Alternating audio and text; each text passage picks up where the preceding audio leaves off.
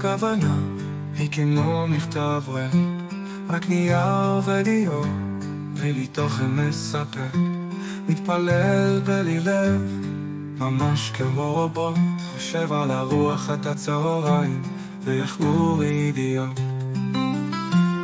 לוחש ומלמל, אך המוח בחופשה, מבטיח לו אושר, אך זה כמו הצגה.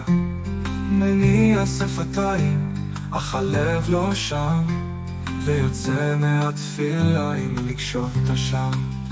אך על ייאוש כי הארי הקדוש מלמד, כי תפילה להו כוונה, ציפור בלי כנפיים ממתינה בסבלנות שנחו אל השמיים, ואז בתפילה חתים לב ומכוון, יתעלל המרור, כן ממש מיד באותו היום, יחד עם כל התפילות ללא כוונה, שנותרו כציפורים ללא כנפיים על האדמה.